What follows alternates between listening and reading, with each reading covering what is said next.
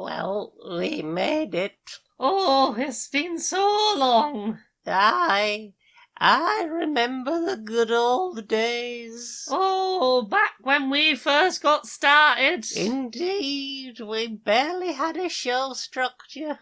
Oh, I know, we were working it out as we went. There were skits all over the place. Well, that's it, we had no real plan of where to put them or, how many we were meant to have. And I think there were only about 8 interstitial tunes rather than the required number. Exactly, but we worked out a structure. We did. We had sections, we came up with segments and running characters. Aye, we had the things we played would start, and then we'd do things we watched, and things we listened to. And then a segment after that would occasionally switch. Oh, yes, do you remember back when we had the bras? Oh, bra jokes back in the day. Oh, yes. Still, we're 100 now. Oh, and hopefully 100 more. Oh, I hope so. We shall remain queer and pleasant strangers.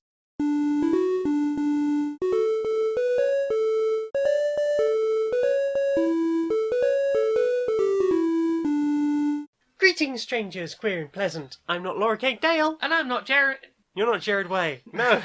And I'm not Jane Aerith Magnet. And welcome to another episode of Queer and Pleasant Strangers, that podcast where I definitely say the intro correctly the first time round. How are we doing on this 100th episode? 100th episode, it's the 100th episode. 100's a lot of episodes. I mean, not for you. You're on a multi-hundredage podcast. Okay, one of my podcasts is on like 500, but 100 is still a big deal. It's big for me. A lot of podcasts I have been on have not made it to 100 episodes. 100 is... A lot of podcasts fall apart or give up long before this stage. We persevered. We did. Lucky Percy. Yeah. And yeah, we people are still here, so we're still doing it.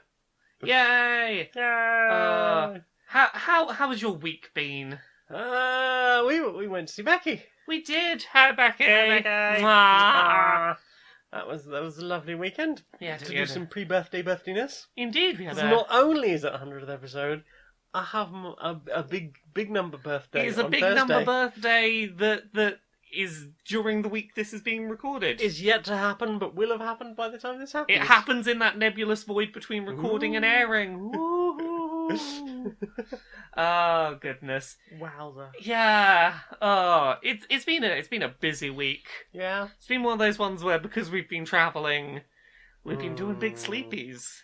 Because travelling on public transport is very tiring. Yeah. Particularly squidged on hot buses. But we're off the bus now. We're off the bus. I'm so happy to be off the fucking bus. Same. So, should we talk about some things that we did while we were off the bus, such as playing video games? We played some video games. And games of other kinds, perhaps. We did. Yeah. What have you been playing this week? What have I been playing? Well, I started playing Magic the Gathering Arena. Oh, that's that digital version of Magic the Gathering. It is. It's like that Magic the Gathering that I enjoy, but online. Yeah. How have you been getting on with it? It's a bit of a grind initially. Yeah. I am basically planning to play free for as long as possible. Yes. And then I'll probably just be like, I'm done. But, and it also doesn't help that there's about to be like a new set released into Magic Arena because Theros Beyond Death is coming out on Friday, I think. Yeah. But it's coming to Magic Arena on Thursday. So I'm like, well, I don't want to invest a lot of time doing stuff. If the meta's gonna change. If things are gonna roll over, I'm just gonna play it a bit. But like you're given 5 decks initially, and you've got to do a decent amount of playing to get more stuff, which allows you to at least start fiddling with those decks. Yes. This is the thing, is watching you play a bit this morning, it did seem like, this is the same set of decks that everyone is using at your skill level. Everyone who's playing for free is pretty much playing with the same 5 decks. Yes. And It's always an interesting thing that you come across when you play like the official online versions of trading card games versus like the sort of shady bootleg versions that sometimes exist online. Because like the official both Pokemon and Yu-Gi-Oh online playing apps both have very similar issues where there is a very strict limit on the amount of cards you can get by playing for free. They're not particularly giving. Whereas if you compare that to something like Yu-Gi-Oh! Dueling Book, which is a completely off-the-grid Yu-Gi-Oh! Thing where, like, you have to police each other on the rules because the computer doesn't know what the rules of the game are. But on the other hand, you have access to every single card in the game. You know. Yeah, I mean, there is Magic Online, which is... It's less whizzy, less shiny. Yeah. I would say, like, Magic Online is more utilitarian. Magic Online seems like the kind of one you would go to if you want to test a very specific deck to see if it works before you... Yeah, good for deck teching, that sort of stuff. If you've got a deck idea and before you purchase the physical cards you want to check it works, that would be where to do it, not in Arena. Arena feels more like they're trying to be Hearthstone. Yes. Like they're like using like half-size cards and things like that. And I like that about it. Yeah. Like, I'm enjoying the fact that it's really easy to read. Because it'll be like, you hover over the thing and it's going, I'm not going to give you all the flavour text immediately, but you can read it as a pop-out. Yeah. All you need to know right now is power, toughness, flying and vigilance. That's all you need to know about this creature. That's like, that's pretty cool. And as they sit on the board, you just see the artwork. So it looks... I mean, I've not played any Hearthstone, but I've watched people play it, and it really has that look about it. It looks like Hearthstone. They want you to look at this and go, "What was that Hearthstone?" There are some changes from the paper game that have sort of made me go a bit like, I don't get it. But I've been watching some stuff today about like how to make it work, how to get further without spending money. How you can tactically use like the in-game currency that you earn, and sort of like how much is it worth doing dailies? Yeah. How much is it worth getting like a daily amount of wins in the hope of getting stuff, and when does it start dropping off being worth anything? It's like, okay, if you can win 4 a day or 4 whatever days you're playing, you're probably fine, really. That's about all you need. Basically, the look behind the curtain of like how much should you actually be doing to be in the free economy. Yeah, I'm glad that they have found ways of doing that, and there appear to be like codes you can get for a few sort of random bits that they've done as sort of general promo codes that are working. So I'm going to put some of those in and try some stuff. But yeah, I'm enjoying it so far. It's nice to play more Magic. Yeah, watching you play has given me the urge to jump back into that Yu-Gi-Oh! Switch game from a couple of months back, because I played through the first couple of campaigns, and I have several campaigns I haven't touched yet, and I'm like, I really enjoyed that, actually. And it was like 8 campaigns in that? Yeah, it did a really... Like, the campaigns were pretty beefy, and it did a pretty good job of every time you won a match being like, here's a bunch of new cards and a bunch of currency to get new cards and no microtransactions, and like, you were getting new cards fast enough that you could build widely varied decks rather than having to just play with that same like starter handful. You could branch out really early. I really felt with that, like I think I would have enjoyed that Yu-Gi-Oh! More if there was just like an option to just go unlock everything from the start, make your own decks and play with those. Yes. Like, because I've had fun with us playing Yu-Gi-Oh! Before, but I think being restricted to these are the plot relevant decks. Yeah. Like that, and we've talked about this on here before. Like, just I found some of the plot relevant decks a bit hard to play. The problem is that they base them too much on the deck that was in the episode, which works when you can draw the exact right card at the exact right time. Doesn't necessarily mean it's well built as a deck for like actual reliability. What's the matter? Do you not believe in the heart of the cards? Well, maybe that's it. Were you believing in the heart of the cards? No. Well, that's the problem. That's my you didn't believe in the heart of the cards. You believe in the heart of the Magic cards. You don't have Heart of the Cards. I don't believe in the Heart of the Magic cards either. You don't believe in the Heart of the Magic cards? Oh. I don't even pray to RN Jesus. I'm pretty sure I heard you thank RN Jesus this morning. I don't pray to RN Jesus. Sometimes I'll be like, thank you, RN Jesus. But yeah, it's been nice watching. Like, here's the thing. I very much enjoy playing Magic with you. It's nice that you have the internet and people who are more experienced than me to play against as well, as alternative people to play with. It's a very different experience. Yeah. They're just largely, and there are a few personalities I've picked up. Most of them are bad. Yes, there was that one this morning with the they thought they might lose, so they stalled out. Yeah, they started like, I'm just going to wait to the end of the thing and then hit for a timeout at the very last second, and I'm going to do that. I'm going to do a timeout at the end of my timeout. And then they beat me anyway, because they drew better cards. They drew a good card at the last minute, but like they thought they were going to lose, so they were just like, I'm going to waste as much of your time as possible before you beat me. I played that person last night, and I didn't even know I thought the game had crashed. Yeah. Because I think they were sitting on their, like mulligan or keep 7 screen. Because they started the game with 7 cards, so obviously they just sat on that screen for a while. Yeah. And I was like, what? No, nothing, I can't click on anything?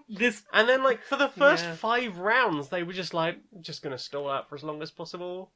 I don't know, maybe they were mid-wank or something. Oh no, you caught me. I logged it. I got a game quicker than I was expecting. Yeah. Let me just finish this off here. Time out. I'll be back to you in a minute. I'll be back to you in a minute.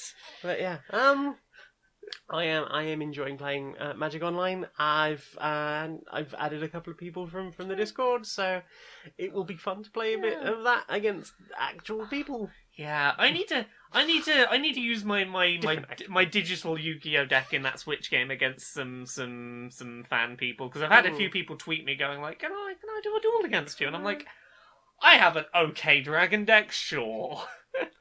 I mean, I was really getting into that Pokemon Online for a while. Yeah. And then I moved, and I was just like, if we're going to play Pokemon, we might as well play face-to-face. Well, that's it, yeah. Because I think I was mainly playing Pokemon so I could learn the game to play with you. And I kind of get it now. I find Pokemon like a lot easier to grasp than Yu-Gi-Oh! Oh, but Pokemon has not changed in 20 years, and it's great for that. Yeah.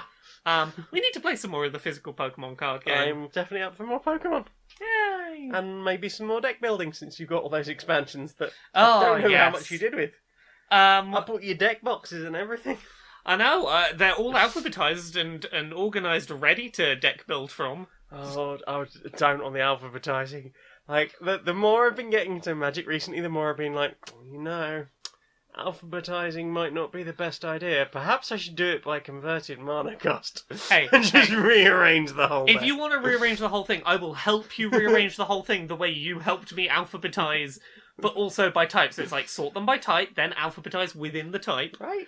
But also alphabetize by first stage evolution, and then put any second stage evolutions behind first stage evolution, rather than alphabetizing Otherwise, how else would you find a full set? Exactly, and then you do alphabetized non-monsters behind that, and then the energy cards for that type behind it, of course. Right, that's the logical, sensible way. Exactly. If you want help organising your card collection, I will help you organise your card collection. We'll see how I'm feeling. I feel like what's going to happen is, as I'm sort of playing more modern stuff, I'm probably just going to leave a lot of my legacy and vintage cards just as they are, because I don't have full... Because of the way I could afford to, I would be like, hey, I can afford to buy a booster box of this set. Yes. And then, so I've got, I could probably build quite an interesting commander deck, because you're not allowed to have repeat cards in that. I think that is the only way I'm going to be able to make anything out of those old cards, because I've got so few repeat cards to make play sets. Oh, it's nice watching you play Magic. It makes me very happy. It's fun. And I hope we get to play some more. Still, it's my birthday on Thursday, so who knows? There might be some Magic playing. Hey, if you want to play some Magic on Thursday, I will happily play Magic on Thursday. What about you? Have you played anything else? I've been playing a bunch more Pokemon, because of course I have.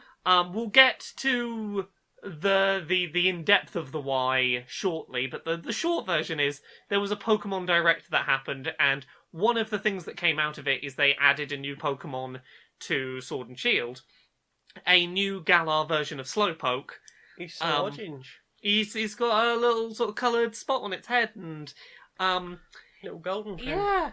So if I want to have my living shiny dex that I'm going for, I'm going to need 3 of this thing in shiny, because 1 for the regular stage evolution and then 2 for the 2 things it can evolve into. Mm-hmm. So the one that you get given in game can't be shiny. It's a shiny locked thing. But I've been hatching eggs to try and hatch some shiny Slowpokes.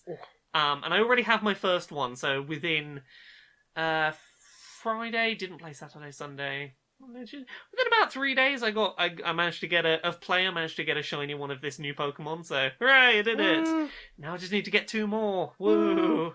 That's gonna take me a while. I believe in you. Isn't there like a higher drop count at the moment, didn't they say? There's a higher shiny rate for Magikarp specifically. There's a lot of shiny Magikarp raids around. So I have plenty of shiny Magikarp. Woo! Floppy friends. Yeah, and and then then you also have shiny Garys though. Exactly, yes. They turn into a big red Gyarados. I like red Gyarados. Yeah, red Gyarados is cool. Yeah. I have some spares, so if anyone wants a red Gyarados or a gold Magikarp, let me know. You heard it here first, folks. Yeah. What about you? What else have you been playing? Oh, I played Legend Maker. Oh, tell us about Legend Maker. I'm just going to be quiet and let you do this for a minute. Okay, so about 2 years ago, there was a Kickstarter for something called, I think, Adventure Maker. Yeah. And they were like, hey, we're going to make a Legend of Zelda Maker. You've seen Mario Maker? That was cool, right? Imagine if you could make your own Legend of Zelda dungeons. And the Kickstarter video and the Kickstarter demo had quite a lot of Link to the Past assets in it, or just slightly modified. Not modified enough to be legally distinct. No, like you were gonna get in trouble for that. Probably. Yeah. And it looked really interesting, and I backed the Kickstarter, and then it was getting dangerously close to the end, so I doubled my pledge. Yeah. And I shared it everywhere. I was like, please support this thing. Oh my god, it's gonna be amazing. And then it did not hit because Kickstarter. Yeah. So it didn't matter that I'd pledged slightly more than I could really afford. But hooray! Hooray! Almost. And then they were like, hey, it's not over. We're going to get a Patreon. I was like, cool, I will support that Patreon right off the bat. Mm-hmm. And I got my early development builds, and I was like, that's really cool. I'm enjoying playing new versions of this. I'm enjoying the fact there are new creatures being put in, and there's like new functionality. It was seeming really positive. It was coming along really, really well. And then the creator was like, hey, we're going to do this now instead. Yeah. And it was like, the art style was like their own. I was like, that's cool. Like, I'm glad you're doing your own thing, because legally Nintendo were probably going to come for you. Yeah. And, like, the underground stuff was really good. It was really interesting. Like, there was this whole art style.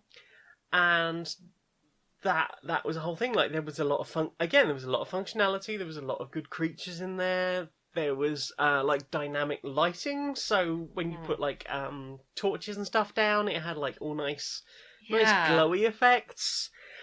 And then the next thing we got, like, I think, again, it was a slightly different art style. And all of this stuff was, like, above ground stuff. Like, hey, we're calling it Runya now. And we're putting in stuff so that you can have NPCs and they'll talk to each other.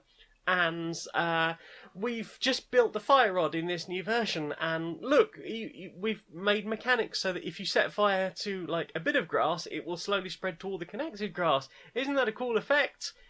Yeah, it is. And we've got all this stuff, and like, you can do weather effects, so we can make it rain, we can make it dark, we can make it snow, we can do all this cool stuff. I was like, that looks amazing! And it's all your own, and that's really cool. And then they started putting other stuff on their Patreon, like, hey, I'm going to make this, I had this dream, so I'm going to make this, like, 3D survival horror game with this weird-looking or really ugly model 3D chicken and thing? Not question mark. And not as its own separate Patreon, but as part of the, we're paying you to make this Zelda Maker thing, and you're now taking our money to make this different thing. I mean, that's how I basically took it at the time, because I looked at the demo and was like, that's not very good. That's not what I'm paying. That's not what I thought I was paying you to make. That's not what I thought I was paying you to make. And I understand if you feel like you need to chuck something out the door to make some money. Yeah. Because it seemed like a fairly transparent thing. Like, hey, I want a better computer, and if we hit this thing, I'll be able to buy a better computer, and that will help speed up making the game. Cool. Okay, well, if we hit this level, we'll do this, and I'll be able to pay more of my rent and be able to dedicate more of my time to making the thing. Cool. That is a good thing. I understand this. And then so the 3D survival horror with the ugly 3D models came in, and I was like, ooh, not so much. And then it was like, and we're also working on Runya, which is going to be an adventure game made within the Legend Maker, because at that point I think they changed the name to Legend Maker. Yes. Engine. Yes. So so you're going to be able to see all of the things that this can do. There'll be examples of sort of puzzles you can make using the equipment that we'll be putting into this. Basically, we're going to make a big project within it as a showpiece of what the engine can do. Yeah. But, and I think this is crucial to mention, they started working on this project made in Legend Maker before Legend Maker was finished. And that caused a lot of problems, didn't it? Well, especially for people, there was a regular problem of, hey, the latest update's out, you can't use your old saves. It's you make this, why the fuck are you making something that's just going to be completely obsolete in a couple of weeks? I understand from the point of view of going, hey, I was trying to make a game in this, and I realised what this needed. I need to have this function in it. Now, I don't know what happened at the tail end of last year, or mid to tail end of last year. It's changed entirely again. Yes, and it seems to have stepped back considerably in a lot of regards. I lost track of things because I was like, okay, this isn't what I wanted to support with my Patreon money. Yeah. I don't have a lot of money to be giving $5 a month to a project that I'm not sure what's going on with it, and I don't like some of the things. I totally I wish the best for this developer, but that's not for me right now. Yeah. That's not where my money's going right now. So I stepped away from it, but I still follow them on Twitter and on Facebook. Yeah. I want to see how the project does, and when the project goes live, I am happy to give it money. Although it turns out, because I've supported them £5 a month previously, or $5 a month previously, I might just be getting a copy anyway, because that's a thing for their supporters, apparently. So that's nice. But if you obviously keep supporting, you can get current dev updates. Anyway, following the Facebook the other day, there was like, hey, we're putting up the January build of Legend Maker.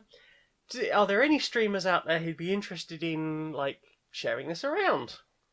I was like, hey, I used to support you, so it's not like you'd be giving a demo copy to someone who isn't going to get a copy in the end anyway. Yeah. And I stream twice a week. They were like, cool, send me a message. Sent them a message, got a copy, loaded it up, had a look. I was like, ooh, this is a bit bare bones.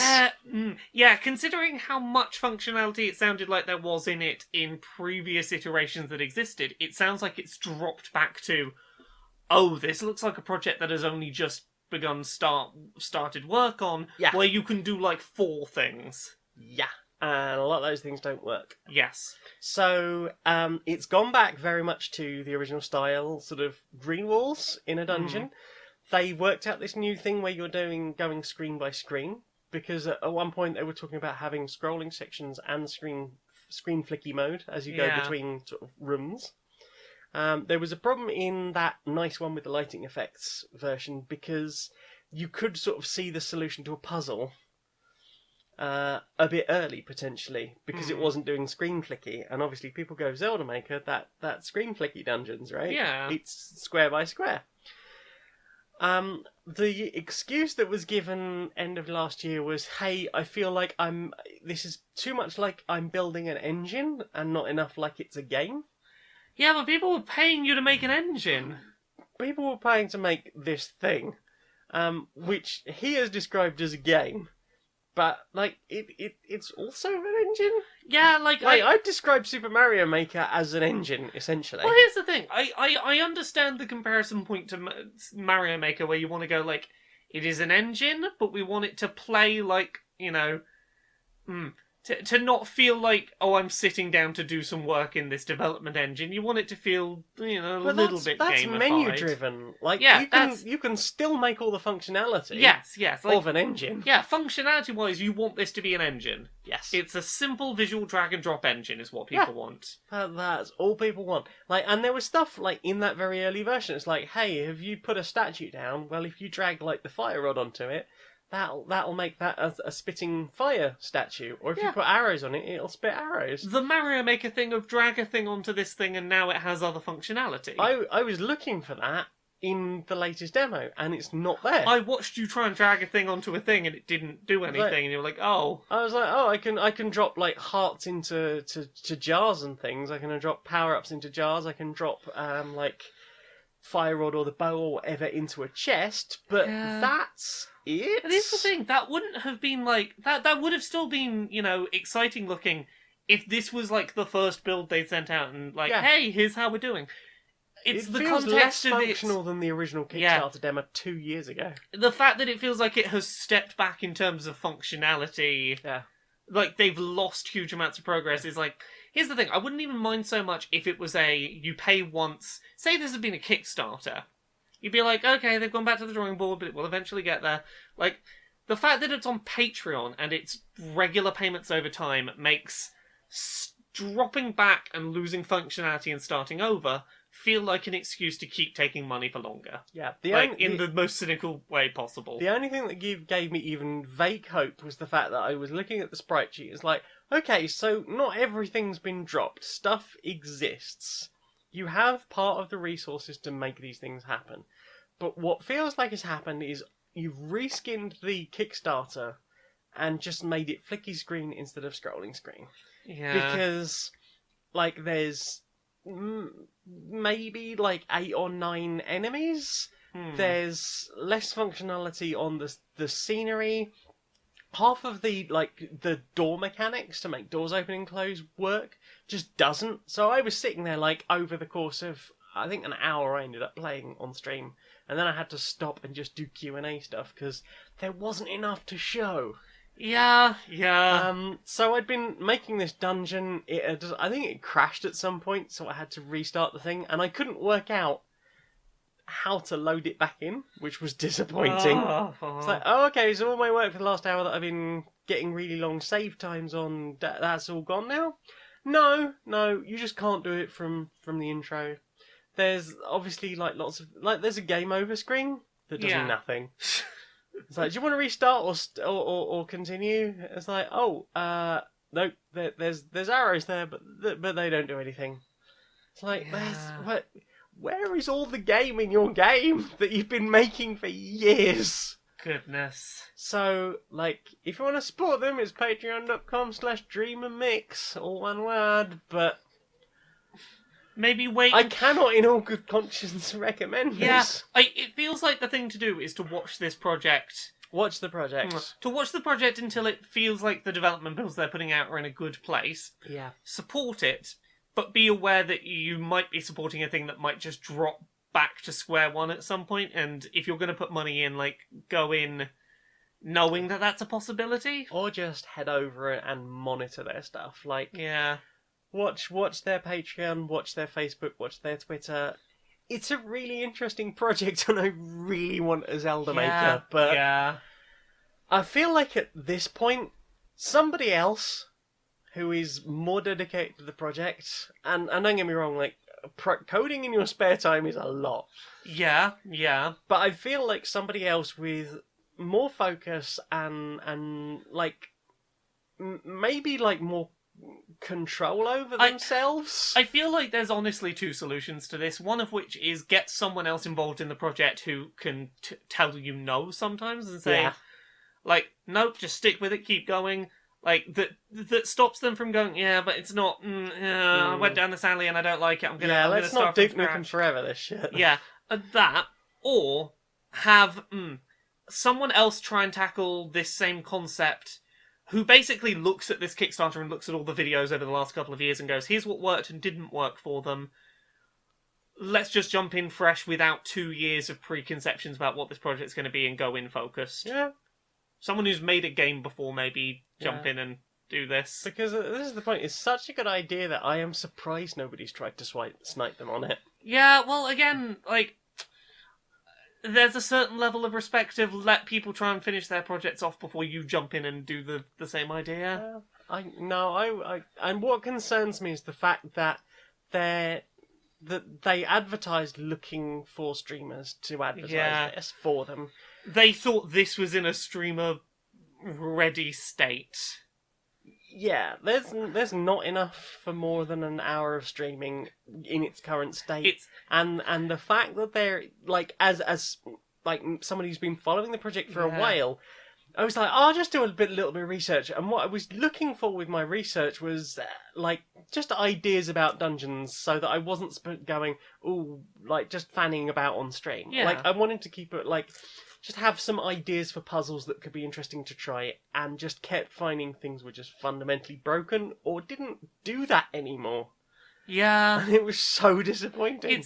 It is kind of the fact that that in this state they were like, yeah, let's get streamers looking at this. Well, is concerning. It's either that or they're running out of money and struggling to keep going with the project. I mean, a bit of both, maybe. Yeah, big worries for that. I will keep watching it, and I hope that it generates some interest. If it turns out to release someday and be fantastic, we will be all the happier for it. We don't want to see it fail. No. Heck, I might chuck them some extra money on top of what I've already given them, and just buy a copy outright. Yeah, but yeah. I just want them to do it right. Yeah.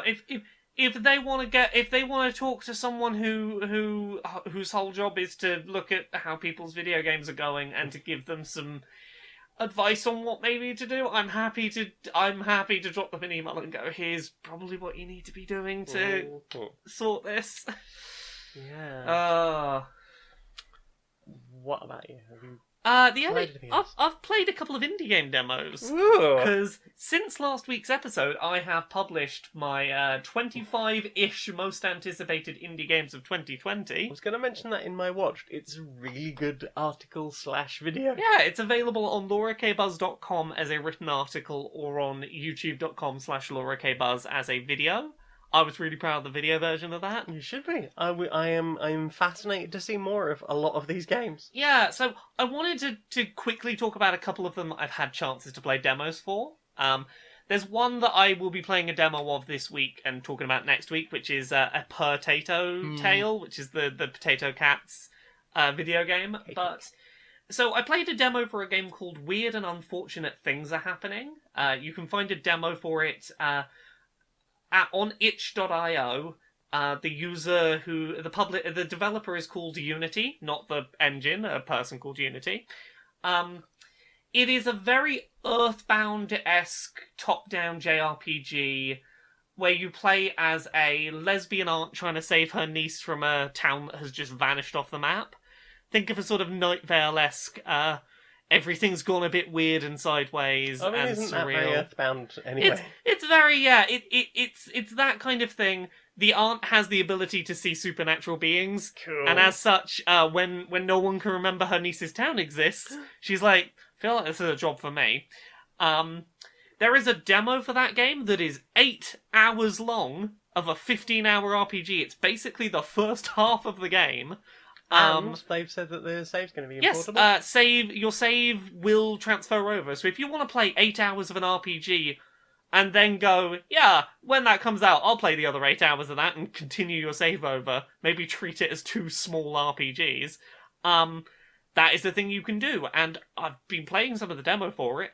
It's really polished. All of the character art is really nice. They've put in a huge number of character art portraits to represent, like, hugely varied numbers of emotional responses to things. Watching the video, I really like the it's like a nice, cute art style for just walking around, but the portrait stuff for when they pop up for conversations is amazing. It's really solid portraits, and like the world design and the environment design feels like some of the weirder sections of Undertale.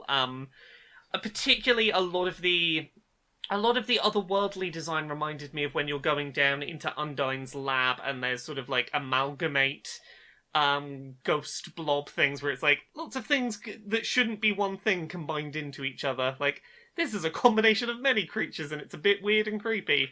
It's interesting you mentioned Toby Fox, because didn't he do like a ROM hack of Earthbound at some point? Yes, I believe he did music for a very popular Earthbound ROM hack. He's not super proud of these days. Yeah, that's fair. But yeah, it's a really nice demo, and I would highly recommend it if you're itching for like an Earthbound-esque itch.io.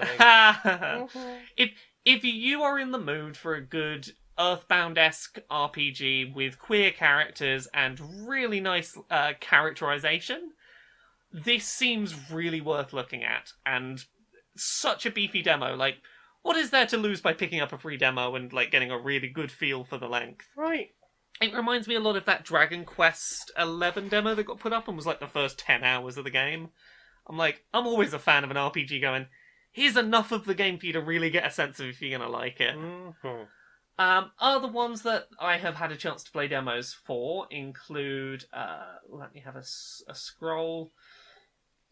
A Paradise Killer, which is one I've been excited about for a while. Mm-hmm. It is a investigation, like murder mystery type game, but much like something like Her Story, the idea is that the game doesn't firmly tell you whether you got things right or wrong. It's very much open to go around this open world, ask people questions, collect clues. There's a good menu system for keeping track of your clues. And when you think you know who did it, you can go to trial and go, this is who I think did it, this is the evidence I have, and if there's enough evidence, you'll get a conviction. Whether you were right or not is irrelevant. Did you get a conviction? You then have to sort of decide to yourself, am I happy with that answer? Am I confident I got this right? Which I really like I like as a thing that games are trying to do more often. Yeah. I like that it leaves room after the credits roll for you to, discuss with other people. Well, I got that person declared guilty because of this, that, and the other, and they're like, oh well, no, this, that, and the other. So the demo I've played for that is really fun. I'm everything I've seen about it is really positive looking. The neon color palettes for the world are fantastic. The character models are all really unique. I am very ready for that to come out. That 2D and Top D looked really interesting as well. I've not had a chance to try 2D and Top D yet, but it is a... how would I describe it? It is a puzzle platformer where you can switch between seeing the same level as if it's a side-on 2D platformer section, or without moving any of the level layout, now you're viewing it from top down. And so, like, you can push blocks around in a top-down perspective and then switch to sideways, and now they're in the correct place to jump on to get over gaps, and it's a real mind-bender to watch footage of. Yeah, it took me a second to initially be like, oh, okay. Yeah, it's hard to explain. I would say... watch the video. Yeah, the spelling of that is Toodee and Topdee, 2D and Top D. Go look at a trailer for it. Like, it looks fascinating. I got to play through the entirety of a game that's coming out in like a week or two. It is a little visual novel called Arranged. It is about arranged marriages in Turkey, and yes. As someone that like I know very little about arranged marriages conceptually, I'm aware of them mainly as a thing that happens in media. as a plot point rather than the realities of them very much. It was really interesting to play through something that sort of contextualized. It didn't glorify and try and make the argument that arranged marriages are always a positive thing. Like, the game ends with some statistics about the percentage of people who end up in Turkey in unconsensual arranged marriages, but it covers a lot of things like why someone might feel they have no choice but to agree to an arranged marriage. It covers things like why someone might be quite excited about being in an arranged marriage, the cultural and religious beliefs that sort of play into arranged marriage. It gave me a lot of insight, and I felt better informed on the topic for having gone through it. So that was an interesting project. What else is on there? There was a demo for a game called Don't Take It Personally, I Just Don't Like You. It's another one that is on itch.io. The developer is Christian DaCosta. It is a dating sim where not all of the people who you can pursue will be viable romantic options. You mean I can't just pump kindness tokens into people until they want to hold my hand? Yeah, there will deliberately be characters who you can interact with and spend time with and decide to follow their plot lines, and they might just not be into you. And if you want to keep that friendship going, you'll have to be respectful. And if you end up asking someone out and they're just like, no, you're just not my type for whatever reason, you gotta be respectful of that and go, no, that's okay. I wish to still be friends though, and try and keep that friendship going. It just seems like a really nice, respectful idea. Yeah, I mean, and given, like that is kind of creepy about those things. Yeah. It's like, I will pick a person to insert points into. Yes. So, I can insert my fingers into. Oh, God, yeah. But, the game has good options for pronouns and gender selection. You can be a non-binary character, for example. And the character writing is all really, really fun. The fact that one of the demo is like an hour-long, maybe 90-minute long prologue chapter, and the fact that one of the two people that you spend most time with in that is a drunk punk rocker that wants to tear down capitalism, I'm like, okay, you've caught my interest, game. This is someone I'm interested in learning more about. Sorry, I'll try and skim through the rest of these because it's going to be a long played section today. I played a demo for a game called Creator Crate by Creator Crate Games. It is a side-scrolling platformer, but a very fast-paced one about this little robot that has been made to disassemble and recreate matter, and it is sentient and it does not want to be in a lab, so it breaks out, and you are basically trying to escape a lab as this tiny little box robot. Your main ability is you can find objects and basically break them down to use as currency to build other things with. So, let's say you got the blueprint for a gun and it didn't have many bullets in it. You could throw that gun away when you're done with it, and so long as you've still got some matter stored up in you could make a fresh gun that still had bullets in it, because you... Could you not recycle the old one? You can break that down into some matter, but not as much as... Because obviously there's no bullets left, Indeed. So some of the matter's been used up. But you've got a lot of momentum-based mechanics as well. Like, you might do things like grab a knife, stick it in the ceiling, and sort of swing from knife point to get across a gap, or it's a lot of trying to avoid getting caught by scientists as you escape this big lab while running very quickly, just being like, get out. And it was really fun. It's got a really great pace to it, and the little robot's adorable. I want to see this little robot escape. Yeah, it certainly is a curious little creation. Yeah. I'm trying to skim through for the other ones that I've actually had a chance to play. There's a lot of really exciting games on there. I would recommend checking out the video I did. Definitely. But I got to play a demo of Brie Goes to Hell by Cassidy D'Alesso. Two lesbians get sent to hell and decide, fuck this, we're getting out. It feels like a mix between half Super Meat Boy and part Mirror's Edge. It's sort of momentum-based free-running. lots of, like, if you run at a wall, you get a few steps of getting up before you, like, start to slow down, so you can then do a leap, and it's that sort of, like, momentum-based free-running stuff. Yeah. Anything else? I played the first chapter of a visual novel called The Hayseed Knight. Really gorgeous animation. All of the art, writing, voice direction, coding was done by a single person, and I'm amazed by that because it is such high quality. Really well voice acted, little anthropomorphic animal visual novel about the one-eyed deer, because he's not very smart, and he's a deer with one eye, who just wants to be a knight one day, and it's very sweet. And I think that is it for the ones that I have played demos for.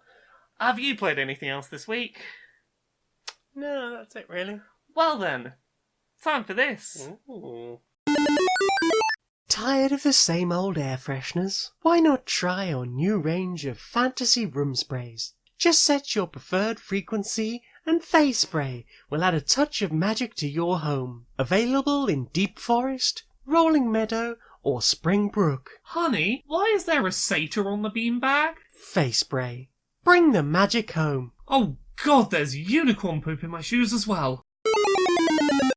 Have you enjoyed the first 100 episodes of Queer and Pleasant Strangers? Yeah! Would you like to re-enjoy them in a brand new way? I surely would. Introducing Queer and Pleasant Strangers Podcast of the Year Edition. We will be remastering our first 100 episodes. 100 episodes. Releasing them with about 10 seconds of previously unheard audio. 10 seconds.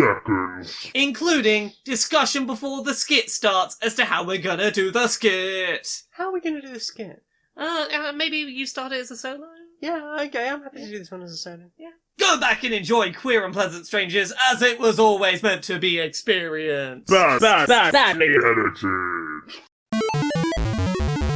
So, what have you put in your eyes? I've not put a huge amount in my eyes this week. I mentioned it briefly earlier. I watched the Pokémon Direct that aired last week. There's some Pokémon news. There was. Yeah, that was 20 minutes that moved very, very, very, very, very, very, very fast. I watched it at double speed, so it went even faster. Yes, so Pokémon Mystery Dungeon was a game that came out like 15 years ago where you play as Pokémon. Yeah, 2006? Oh god, what's happening to So yeah, time? 14 years ago? God. You play as Pokemon rescuing other Pokemon from caves and all the Pokemon can talk. That is getting remastered, and the art style looks really adorable, and they've added some new stuff into it, and it comes out like next month, and there's a demo already out, so I'm excited to play that. Hooray! There seems to be like a bit of a fan following for the Mystery Dungeon games. Yeah, the Mystery Dungeon games are like... There is definitely a cult following for those. There's a lot of excitement for them. Is it a whole new game or like a remaster? So, the original game... Originally it was 2 games. Yeah. They've basically smushed them into one and added some new content and remastered it. So, like, there's some new stuff, like there's Mega Evolution Pokemon and stuff like that, but it's basically a remaster of the old one. And then the rest of the Direct was, hey, so you know how we normally do, like, red, blue, yellow? We make a remaster that is slightly different, and there's some new stuff in it, but you have to buy a new game and start from the beginning of your save. What if instead we did DLC?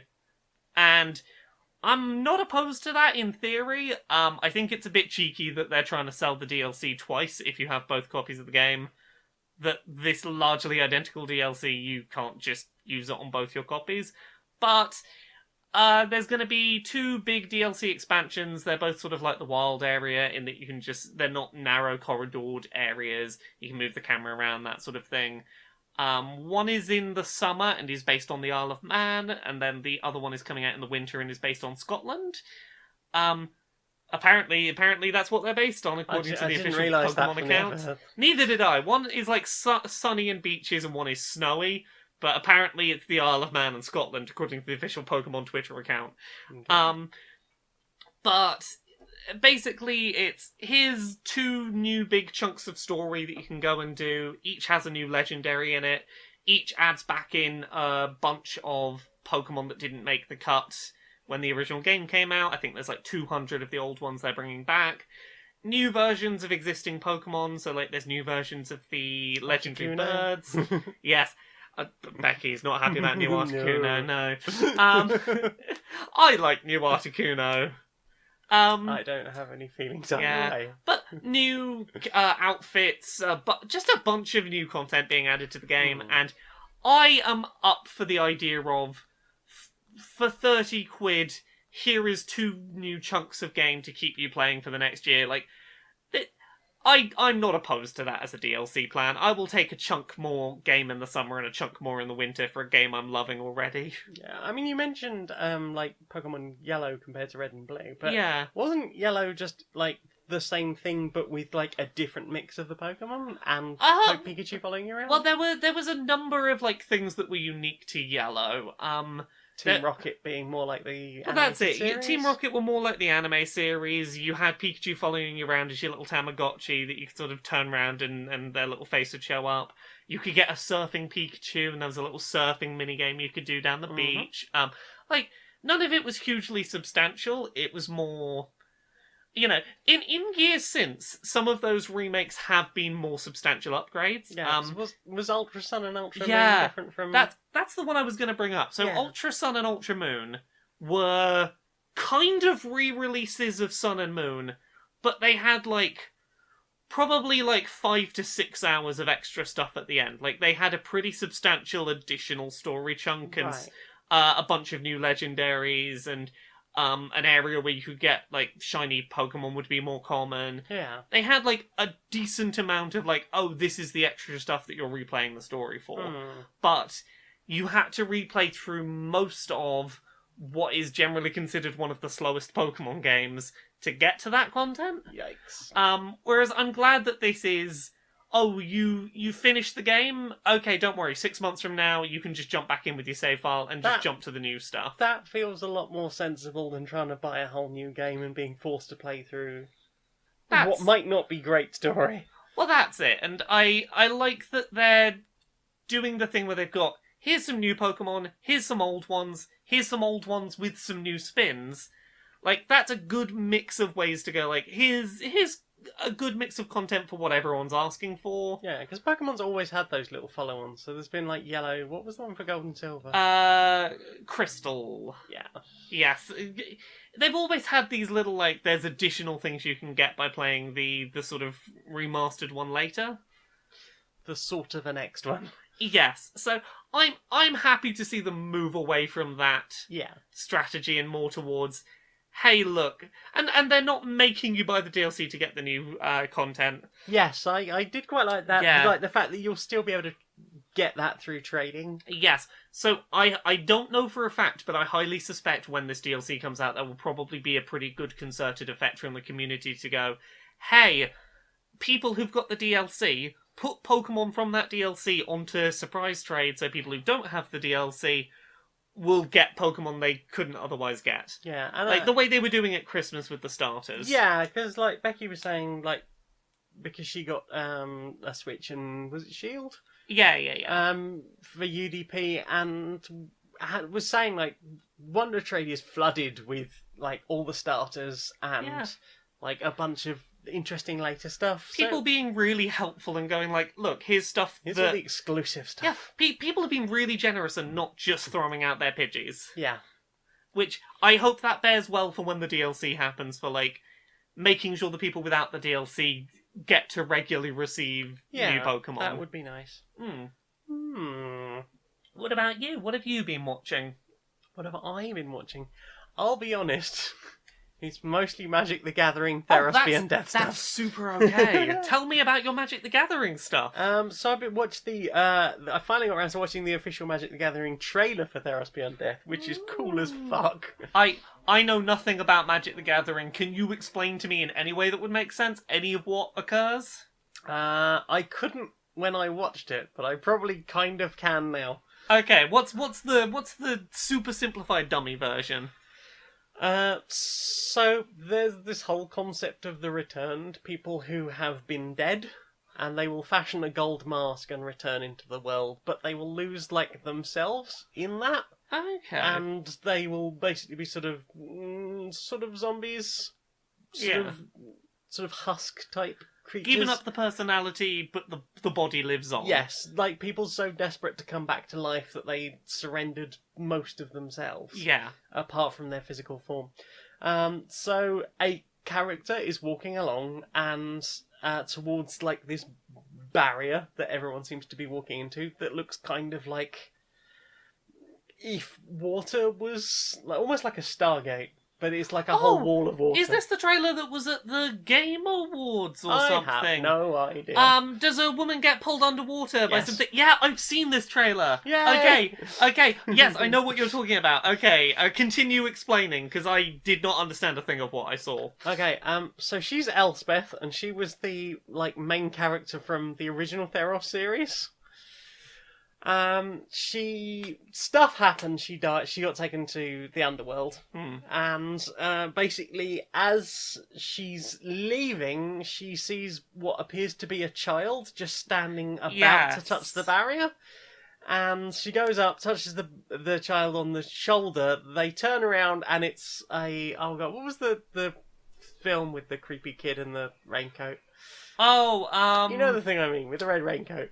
Yes. Right, and it turns out it's clearly not a child, or if it is, it's a small child of a very terrifying species, because its face is basically a weird black hole and twisty stuff. Yeah. In a really awesome effect. And then sort of standing just behind them is this sort of shadow-weaving character, who I understand is either a god or a demigod, who basically just, does fucked up shit with nightmares. Oh, fun! Yeah, so, and that, I think, is part of where the being sucked underwater thing comes from. Yeah. It's, nightmarish, the horror of being drowned and pulled down by lots and lots of hands. Okay, yeah, I'm on board. I feel like I understand this now. Yeah, so, from what I understand, the Theros stories have been based on, Greek mythology. A few years ago they did Amonkhet, which is based on, Egyptian myths. Yeah. So it's nice to see that they're doing sort of pantheons from throughout history, and it's sort of, you've got the history of the Titans who came before the gods, and then you've got the gods themselves. In this case, you have 15 gods. You have the 5 primary ones representing the 5 colours of magic, and then 10 below them as the sort of red, black, red, blue, I think, and then just sort of all the combinations of all the different sort of colours. So yeah, there is a different god for each of those, and yeah, it's been really interesting. So I've watched lots of stuff on, I think it was Dice Try on their channel. They've done a series of about 4 videos explaining the history of Theros and the stuff about Elspeth, who was that character. Basically, here's the lore that's leading up to new cards happening. Here's what happened in Theros. Well, some things have changed within Magic within the last couple of years. It feels like I've missed what was the golden age of Magic's story and plot. Yeah. Because it used to be that, regularly on their website they would update the story and you would get new content about that, and it was just on their website. And now it feels like for Beyond Theros Beyond Death, it's a page of just this is an outline of what's happening now. Elspeth's back, and this is going on, and that's going on, and these are the gods that are still sticking around, and enjoy.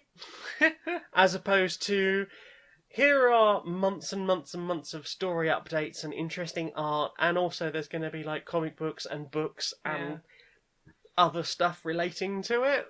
That makes sense, yeah. I've heard Austin talking about, Austin Yorsky talking about, Magic the Gathering's, story and how fascinating that is. Yeah. Didn't really know a lot about it, but I watched a bunch of lore stuff on Dice Try this morning about, the history of... I would totally listen to a podcast of you and Austin talking about Magic the Gathering I don't think I know enough about Magic the Gathering lore. I I feel like they mostly could an do Austin thing. Austin, you two being like, oh yeah, and I know this card and that and the other. Like I would listen to you two talking about Magic. I think for me, it's been like it would be sort of stuff like, and he'd be like, yeah, and then this happened on with the Phyrexians, and I'd be like, they have awesome card art. I've got some Phyrexians. Yeah, somewhere. I would listen to that podcast. And then they went to Mirrodin. It's like, I have a whole set of Mirrodin cards. I've got tons of Mirrodin cards. You underestimate how much I would love to hear you get this excited on a thing. And Austin could tell me all the stories. Austin's very busy boy, though. Austin's story time. Austin's story time. And Jane is excited about Austin's stories. I mean, I'd be in for it. Don't know when he'd have time, though. He is a very, very busy boy. He's a very busy boy. He's a very busy boy. What else have I been looking at in that? Like a bunch of pre-release stuff, like Loading Ready Run have got some connection to Wizards of the Coast, and they got like promo boxes, the stuff that's basically being released in stores on Friday. Yeah, for like, here's the promo day for the new thing that's being released. So they got like a bunch of those and did some like deck building out of the boxes. 6 boosters from the new series, and like various other gumph. Like there's a spin down dice and all the other usual shit you get in Magic building deck building sets. Like an exclusive shiny from that, and foils. They all bend. That's a problem with Wizards of the Coast. All the foils bend. So yeah, it was they did like a 7/8 hour stream of, hey, here is like, this is what we got in our first box. We opened them all up and we showed that on stream, and then we did like building a deck out of that, out of like I think it was either 3 or 6 packs. Building a deck out of that. And then, like, okay, now we're going to go on and we have like people from the Magic community, like players, and cosplayers, and they will be playing with these cards for the first time. They'll also be playing against LRR staff, and I need to find some good content like this for Pokemon and Yu-Gi-Oh cards. It must exist. Yeah, that sounds like a thing I would love. Yeah, I mean, it's been quite interesting, like, because I've never been like, okay.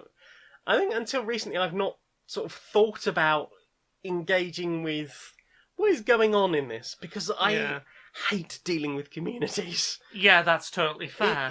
I usually find that if I'm interested in something, nothing will put me off that thing faster than the community surrounding it. The community, yes. We live in a society. We live in a society, Jane. So yeah, it's been nice to sort of go like, hey, the people that I enjoy watching content of are doing pre-release stuff for this thing I am interested in, and that has been nice to sort of get caught up in a little bit of that hype and be like, yeah, I'm learning things about the new thing, I'm learning about the mechanics that will be sort of the primary things for this set. I'm happy you're having an excite. Well, on Friday I will be happily having a look at my own promo box. Yeah, I will be very excited to see how that goes for you. Woo. What about you? Have you watched anything else? I started rewatching Twin Peaks. Whoa, because that was quick. I've sat on it a little while and then gone, I feel like I need to. I feel like now that I've seen the end of this, I need to go back to the beginning and I need to contextualize it with. I need to soak it in, know it, like. I need to watch it knowing where it's going. Mm-hmm. I feel some things from rewatching the pilot that seem particularly of note. Mm-hmm. I understand a lot more on a rewatch, I think, why David Lynch might not have wanted to reveal Laura Palmer's killer. Mm-hmm. Because so much of that early pilot is really hammering home this idea that her death impacted everyone in Twin Peaks and is the sort of spiraling out point for all of these other mysteries and plot lines, and everything else spiders out from there. And when you reveal who Laura Palmer's killer is, it kind of crushes the thing that supported the rest of the web. Mm-hmm. And that's kind of... It's like that thing where you stack pennies on a milk bottle. Yeah. And they're going out and out and out and out, and it feels like they just solved the mystery and it took that bottom penny off and everything collapsed. Because it just wasn't enough interesting left in it. Well, here's the thing, is the plot lines that were left were still interesting, but, like, prior to finding out who her killer was, there was always some feeling through these plot lines.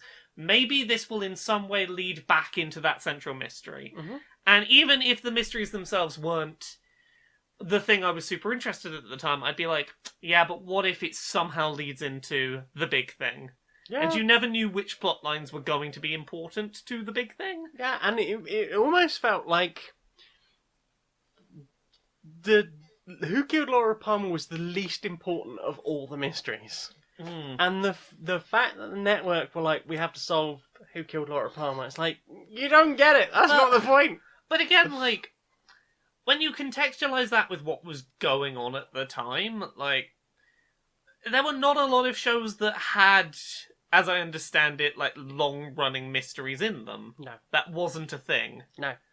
Like, it was the era of your sort of episode start and finish murder mysteries. Mm-hmm. Like, Your Murder, She Wrote. Yeah, Your Poirot. and, like, given that context, I'm impressed that Lynch managed to fight the network as long as he did on that mystery.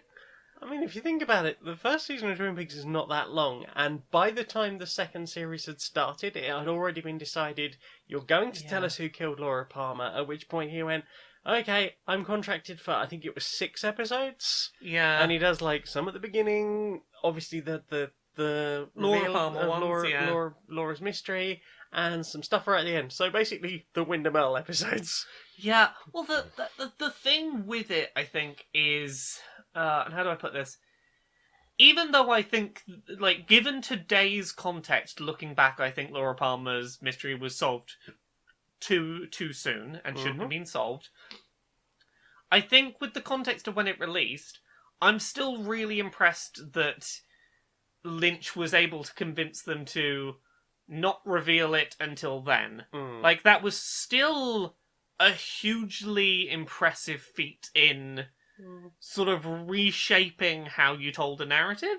Yeah, and I think it did perhaps do some good for television going forward. Yeah, like, even if it's not the way that Lynch wanted it to go, I think the concept of having, like, what was it, like 18 episodes or so between season 1, season 2, and the reveal happening was probably like 18 or so episodes. Something like that. Somewhere in that range, 18 to 20 maybe. Like, it did set up a template for the future, which was, you can have a long ongoing mystery with lots of side mysteries that ultimately lead into the big one thing, and after about 18 to 20 episodes, solve that mystery. And that is a structure that I think Twin Peaks really, helped create. Yeah. I think that's the other thing. Like, if they had found a way of going, Laura Palmer's killer has been revealed, that's the end of the series. Yes. That's part of it as well. Like, if that could have been the end of Twin Peaks, I think that would have benefited it as well. Yeah. I've been pondering a lot as well on the whole Lynch not wanting to answer mysteries but still setting those cliffhangers up. And that's something I've been sat with where I've been like, okay, well, why is that a thing you would do? And the best answer I have to that myself at the moment is I feel like he doesn't like the idea of sitting with closure. And again, this is obviously reading into someone else, and maybe I'm interpreting it wrong, but I get the feeling that he doesn't like there to be neat, wrapped-up endings to narratives, maybe because that's not how life works. Not only is that not how life works, but it's not interesting. Or not as interesting. Because you're not left sort of thinking about it and hypothesizing it about, and then having conversations with people about, well, what do you think?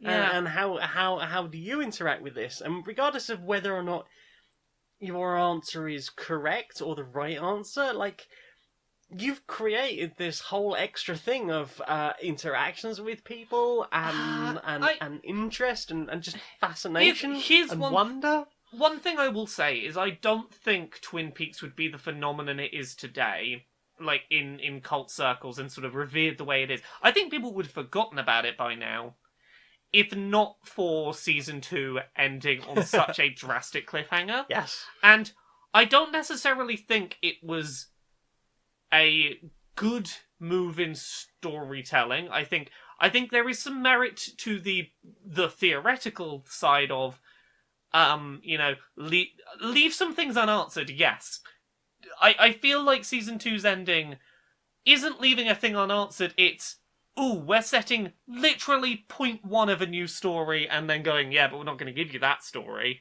And I still feel like that is like, I don't blame anyone who was pissed off by the lack of more Twin Peaks, because I feel like there is a way to have something at the end of your narrative that goes, ooh, what did that mean? We shall discuss this for years. That doesn't go, here is I've just started unraveling like a real juicy thread on a new story. No, you don't get that story. Nope. I can understand why that felt like a real fucking cock tease to people. The blue velvet balls. Yeah, but then again, I'd have preferred. I was thinking a lot about Lost while thinking about Twin Peaks, mainly in the sense of I would have preferred that Lost ended a season earlier with that kind of Twin Peaks season 2, like, fuck, what? What did Jack just do? And then just never continue than what we got of a final season that attempted to give answers to fucking everything. Yeah. Like, I'm not saying that I want everything to be given answers whether they're satisfying or not, but also maybe tone down the maybe with just a little mystery slightly. as a treat. A little mystery as a treat, not the main character is possessed. What? Indeed. Yes.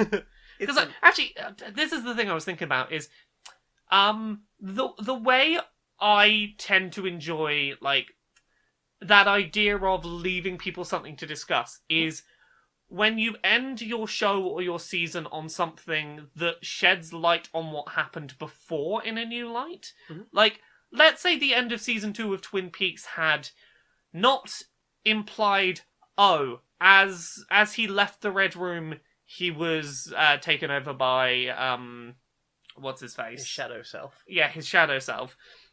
Rather than making that implication, which was, this has just happened, what will happen next? If they had somehow implied, he's not been Cooper for a while, that would have been something where people have room to speculate backwards. Mm-hmm. They don't need more show to answer that question, but it gives them room to go, at what point do you think that happened? How long has that been a thing? Like, I prefer backwards-looking space to rumour discuss rather than what about the future story. That's really interesting you mention that, because that's basically how season 3 works. I mean, yeah. There is that whole bit in the very first episode which makes no sense unless you've seen the last episode. Yes. And even then, it's still like, but what does it mean? But, like, that's the thing. I prefer that. I think that, you got what you wanted out of Twin Peaks. I think that Twin Peaks The Return does the thing that I think when a lot of people complain about the ending of Twin Peaks Season 2, I don't think that they didn't want anything left to wonder about. They wanted something like Twin Peaks The Return, where the answer to the mystery can be found by going back in the show, and the clues are there. Because there are no answers to be found about what happens next at the end of Season 2, because it's, there's a plot okay, bye. Maybe there are plot points and I just haven't seen them that lead to what would happen next, but that's completely open-ended. That's not, let's find the clue. The end of Season 2 of Twin Peaks is not, let's find the clues about what happens next. It's let's write fan fiction. Are you ready for next? Are you ready to write fan fiction while you wait for us to make more? As opposed to, do you want to go back and find the clues of how long this has been happening and argue over what you think the existing material means rather than hypothesizing forward. But I mean, that's my taste in media. I like a mystery being left to discuss, but I like it to be that backwards kind. If you want some fun stuff to add to it, and you don't mind it not being Lynch's thing, I definitely recommend listening to the audiobooks that Mark Frost, or the book. There are books, you can read the books, there's a lot of nice art in them. But if you want to listen to the audiobooks are really good. They're nicely written and read. I would like to do that at some point, I think. Yeah, and that's the final dossier, and I thought Lost something, I think, is the one before that. But yeah, and that's very much more, this is season 2 stuff. Yeah. This is more, it feels very much more like, if you want a resolution to season 2, if you want to know sort of some stuff that ties all that together, there's all of that stuff. That's really cool. Yeah. But season 3 sits separate from that. It is very much more, feels very much more Lynch's baby. I've started rewatching Twin Peaks, but I also kind of want to watch other David Lynch stuff, because I want to try and get a sense for, like, the broader sense of his work, to see how that might impact my viewing of this. Mm-hmm. I feel like I would benefit from having a wider sense of Lynch's work before trying to pick into this. I believe I have a bunch of David Lynch films downstairs, so if you want to sit down and watch some of that, we might do some Lynch watching. I'm up for some Lynch watching. Have you watched anything else this week? No, I have not. There's one thing we watched together. The Good Place is back. We did watch The Good Place. The Good Place is good. Yeah, The Good Place is back, and it continues to be good. I don't know how they're going to fill 4 more episodes worth of time. Right. Because it feels like they found a conclusion. Right. What could possibly happen now? I feel everything feels too, like, it's wrapped up, and I'm like, there's got to be something else. There's got to be something else. Like, I know this show, there has to be some fucking twist that's gonna... Like, I'm putting my stake out there. I think they're in the bad place. I think that they are, that all of them, including Sean. Yeah, Sean's in the bad, everyone's in the bad place.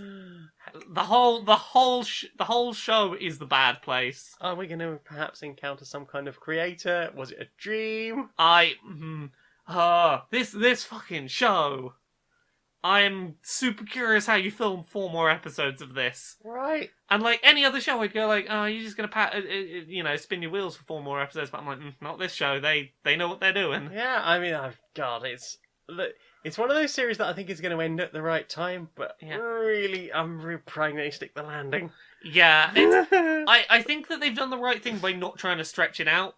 And here's the thing: I think so far they seem to be sticking the landing in the most recent episode we saw.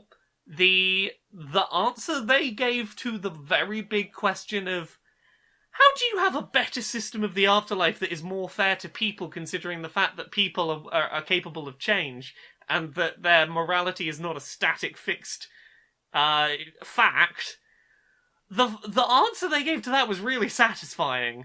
Like, that's been my worry for a while. It's like, how do you give a satisfying answer to that kind of philosophical question? Mm-hmm. And like, obviously the answer only works within the framework of like their established version of the afterlife. Mm-hmm. But like, I think they seem to have stuck the landing there. Yeah. And also, I love Disco Janet. Oh, Disco Janet. I love Chidi. Chidi's great. Chidi is amazing. Oh, Chidi. Oh, Chidi. Precious, precious. You precious baby. I think that's everything we've seen this week. Well then, time for this. Well. Laura, we've got a new sponsor! Who's our new sponsor? Do you like ice cream? I do like ice cream. Do you like ice cream cones? I do. Bowls of ice cream? Yeah. Do you think that your ice cream could be spruced up? Perhaps. Well, perhaps because it is our century episode, but we've been sponsored by hundreds and thousands. AKA sprinkles for American listeners. Hundreds and thousands? Hundreds. Brackets and thousands. Those little colourful things that you put on ice cream. They're basically little sugar Basically, pills. sugary things. Little sugary things. Yeah, sugary, like vermicelli. Yeah. Colourful, sugary vermicelli. You sprinkle them on your ice cream, sprinkle them on your cakes, sprinkle them directly into your face. I mean, I've definitely never done that. Sprinkle them all over yourself if you want to be a magical, delicious treat. I mean, you're already a magical, delicious treat. You are a snack. You am definitely a snack. So, if you want to be sprinkles, and both hundreds and thousands, I mean, we've got a lot more episodes to record before we qualify for the second half of that. Yeah. But head on over to hundreds, brackets, and thousands.lol.net, and you can get yourself £100 off your first 1,000 sprinkles. Heck! That's hundreds, brackets, and thousands.lol.net. And you can get a discount. Woo! And that's our biggest discount ever. Woo! Best sponsor. Here's to 100 more. Maybe 900 more so that we can get the... That'd be 20 years of this show to get to 1,000. Wow. See, it only took us 2 years to get to 100 episodes. But imagine how long it would take us to get to 1 billion episodes. And that's why billionaires are immoral.lol.net. Inside the boardroom of Electronic Active Softworks. Hey, come in, Eric, come in here. I've got a brilliant idea. I've got a brilliant idea. Yeah, let's hear it. So I've been thinking. You know how we have that monster collecting game we do. Yeah, the one where we do 2 games, and one of them's most of the game, and the other one's the other most of the game, but you gotta buy both if you want the whole thing. Exactly. So, I've been thinking how we can monetize this even further. Wow. So, you know how we usually do the thing where we then make the third version that is both of them combined, yeah? Yeah, kinda. So, we're still gonna do that, but we're gonna add extra steps. Right. So before we do that, we're gonna make DLC. I like this. But always up for more DLC. Yes. I think I've got something new here. Yeah. We're gonna make version-exclusive DLC. So, the pointy one and the blocky one will each have their own DLC? Yeah. And the DLC will be identical. In both of them, you'll go to a set of islands, then you'll go to somewhere snowy, and you'll go get a bunch of the old creatures. But you're gonna have to buy it twice. Doesn't matter that it's the exact same content you're adding. You're gonna have to buy it for each version you have of the game. And then afterwards, we can make the third version that puts the stuff from both versions of the DLC and both versions of the game into one game. We're gonna sell 2 DLC packs before we sell the combined one. You are a fucking genius. That is incredible. I know, I didn't even have time to ask you how you were doing today, and it was that good an idea. Yeah, screw me. I mean, money. Money. Right? More money, and this is the perfect way to do it. Okay, so phase 2 next year, how about we release version-exclusive DLC for the next version of the game following the expansion pass that includes bits of all the previous ones. Now you're speaking my language. Money, right? Money. So. What? What have you listened to? I've only really listened to one thing. One thing? I have started listening to The Besties. Do you know what this is? Are they friends? They're friends. Yeah. It is the video game podcast that's got Griffin and Justin McElroy and some of the Polygon staff on it. Basically, it used to be the video game podcast that the McElroys were on. You won't be able to find it on here. It's a Spotify exclusive. Old episodes are on here, so you'll be able to find old episodes, but starting with 2020's episodes, it's now Spotify exclusive. But I started by listening to some of the ones you can see here, some of their Game of the Year discussion, some of their... Basically, they do lots of podcasts where they'll go here is one specific game that came out, let's just sit and chat about that game for a bit as a group of people who've played it. It's got a really fun, nice energy to it. These are people who clearly are very good at video game media criticism, and I very much enjoy hearing them talk about video games. Ooh. So... that's the only thing I've really started listening to this week. I wish it was in more places than Spotify, but whatever. That's not where I listen to podcasts. Well, I mean, I don't listen to Spotify at all, generally. Yeah. What about you? What have you been listening to? I've been listening to old episodes of Question Box. Yeah. I'm down to episode 4 with Travis McElroy. Oh, heck. I was on there once. You were? I Yeah. wouldn't listen to your episode, though. Yeah. It was very good. Well done. We've talked about it before. It's Brent Black's podcast. Brent Black and Kate Sloan. Sloan. Yes. It.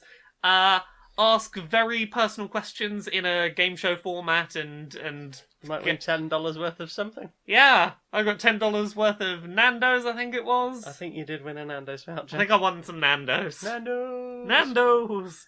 Nice and cheeky. Yeah. Yeah, it's nice hearing people sort of talking about sort of being vulnerable. Yeah, and opening up about themselves a bit. Yeah, and sort of admitting things that perhaps might have been quite good for them to exercise or think about. It's the kind of thing where they create a safe space to be open by being like, yeah, but the hosts are going to be equally open and vulnerable as well, so like everyone's sharing. Yeah, I quite like the episode with Kate and her partner. Yeah. That was a really interesting episode where like Brent was quizzing the two of them. Yes.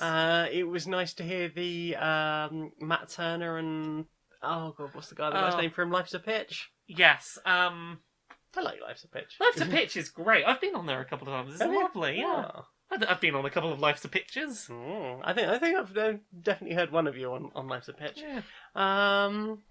Yeah, and it's sort of something. It's quite interesting, sort of think. Well, how would I answer that question? Yeah. It's quite a thing once the question has been asked and you're like, oh. Yeah. Your brain goes through an interesting spectrum of responses to being asked a personal question when you know there's a microphone on you. It's very different to like when you listen to most quiz shows and it's like, well, perhaps I know that bit of general knowledge, as opposed to sort of just like plumbing your own depths of like, how would I? What is something that I am embarrassed about my body, or what is something that I've never told anyone? And that one's really hard. I'm scratching my head like, what have I never told anyone at all? Yeah, there's plenty that isn't public, but even then, like, there's a lot because I don't really care. I chat a lot of shit. That's it. Like, I don't know for certain that my answer to that was correct, but to the best of my ability, was like, I don't think I've talked about this. That's the other thing as well. It's like I might have talked about this at some point, and you're welcome to prove me wrong, perhaps. Yeah, take away my points if you will, but you can have your Nando's back. I'm sorry. Shame upon this house. But yeah, it's a fun little show with deeply personal questions, and I like that. Also, I didn't know, listening back now to Travis's episode, Kate is the reason Sloane is called Sloane in Adventure Zone. Yes! I was like, that's really cool! Yeah! Aww. What about you? That's all I've listened to, really. It's been a listen light week again. What else have I listened to? I listened to a couple of things. I also listened to some Johnny May, who I've mentioned on previously, who does ragtime covers. Yes. They were doing anime covers? It was anime covers this time. So they did the Pokémon theme, the Howl's Moving Castle theme, and a Cruel Angel's Thesis from Neon Genesis Evangelion. Yeah. That's 6 minutes of fun, upbeat anime tunes. Yeah, no, the title is like that you should never play in ragtime. I think they should be played ragtime. I think this is true of all of the stuff that they do ragtime covers of, because I just love the upbeat bounciness of it. It was great. Listen to some 10-second songs. They've got a new track out, which is Down With Sickness done in 20 styles. Oh, yes, that's always fun. I do like their mixture of covers, and there were some great ones for that. I think there was like an Earth, Wind and Fire section. Yes, there was. And the only other track I've listened to this week was Yum Yum Breakfast Burrito. Oh, yes. We were trying to entertain a small child with meme music from the early 2000s. Yes, here are some light, colourful things that make repetitive sounds that you might like. Small one. I think he enjoyed them. I think so. Seemed rather into them. Yeah, I think that's pretty much everything I've listened to this week. Well then, time for this. Free to start hugs! Free hugs? Free to start hugs! Okay. Hey! Okay, yeah. Okay. That's a nice hug. If you'd like to continue that hug, that'll be an extra $5.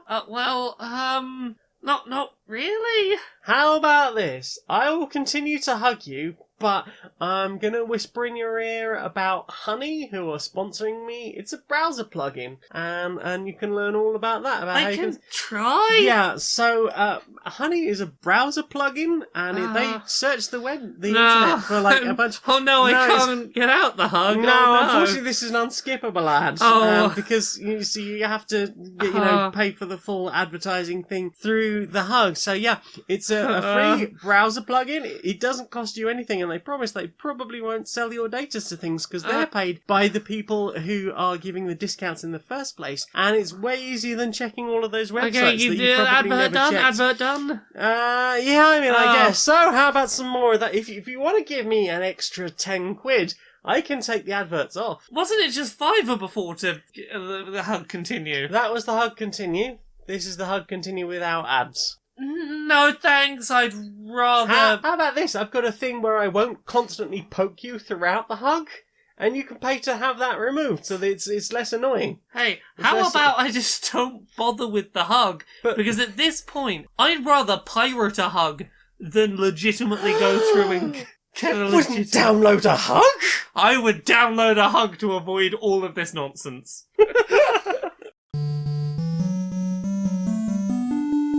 Strapped for something to do at the weekend? Come on down to Clive Smith's World of Grey. Take a spin on the not-too-exciting nickel. Ride the Gainsborough go-round. Be mildly interested by the Hall of Slate. Why not bring the kids to see our 3-hour educational talks about the history of greys through the ages? We've got 30 shades of grey and none of them is too racy. World of Grey. It's informative.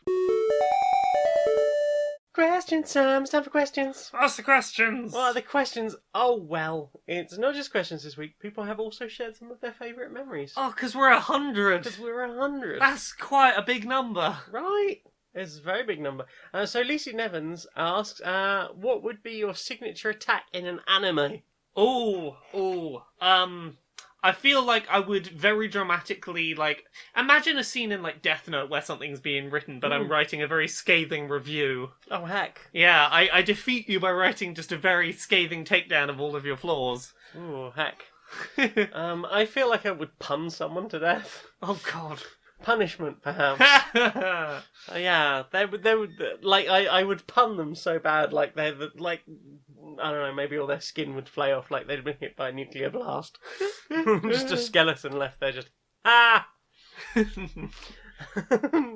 Samuel West asks, who is your favourite Marvel Science person? Ooh, favourite Marvel Science person. I really like the Into the Spider-Verse version of Doc Ock.